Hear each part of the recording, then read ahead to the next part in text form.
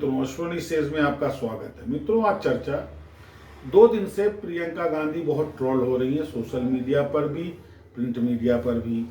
कारण 2 दिन पूर्व जब प्रियंका सदन गई तो उनके साथ में एक बैग था जिसमें फिलिस्तीन को लेकर के कुछ कोट्स थी।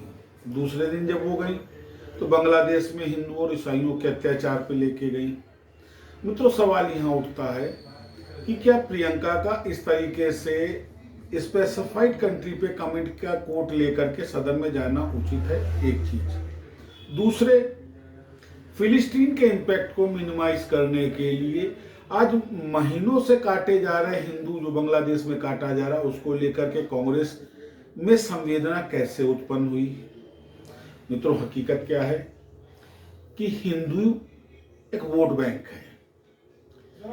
भाजपा के लिए वोट बैंक है फेवर का, और कांग्रेस के लिए वोट बैंक है उसके विरोध का।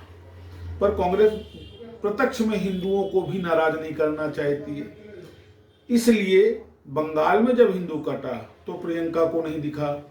साउथ में हिंदुओं पे अत्याचार हुए, प्रियंका को नहीं दिखा। आज अनवरत महीनों से अत्याचार हो रहा है बांग्लादेश में, प्रियंका को नहीं दिखा। लेकिन फिलिस्तीन प्रियंका को दिखा, कांग्रेस को दिखा।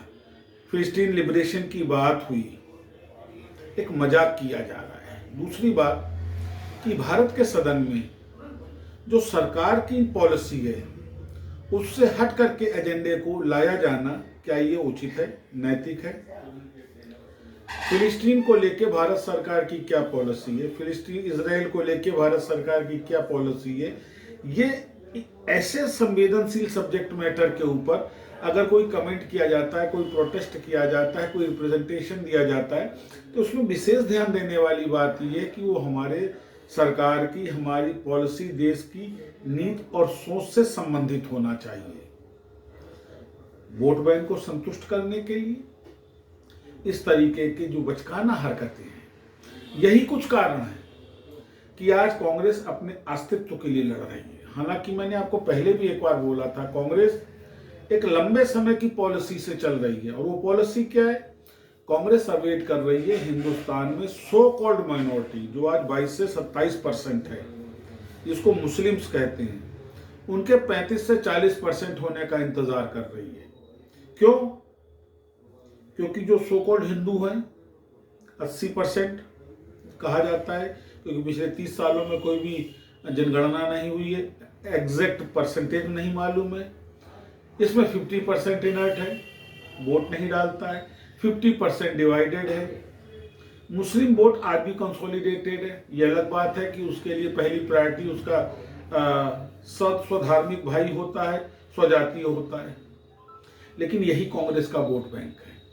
कांग्रेस वेट कर रही है कि किसी तरह ये पॉपुलेशन बढ़े, जनबल के आधार पर उनकी सत्ता स्थायी हो, जैसे अनवरत पिछली बार उन्होंने 57 साल किया था, आगे भी वो शासन करना चाहते हैं। लेकिन इस तरीके से संवेदनशील मुद्दों के ऊपर भारत के सदन में बिना गवर्नमेंट पॉलिसी और कंट्री थॉट को लेकर के अपने वोट बैंक संतुष्टिकरण के लिए ये अनुचित है, जहां तक मैं सोचता हूं। हो सकता है आपकी राय अलग हो। तो मित्रों, हमको सोचना चाहिए, हमारे नेताओं को सोचना चाहिए कि थोड़ी सी वाहवाही के लिए, अपने एक्सपोजर के लिए अगर वो कंट्री पॉलिसी से हट करके कोई इस तरीके की बात करते हैं तो वो सदन की मर्यादा के अनुरूप नहीं है। विचार करिएगा मित्रों। पुनः आपसे मुलाकात करूंगा। नमस्कार।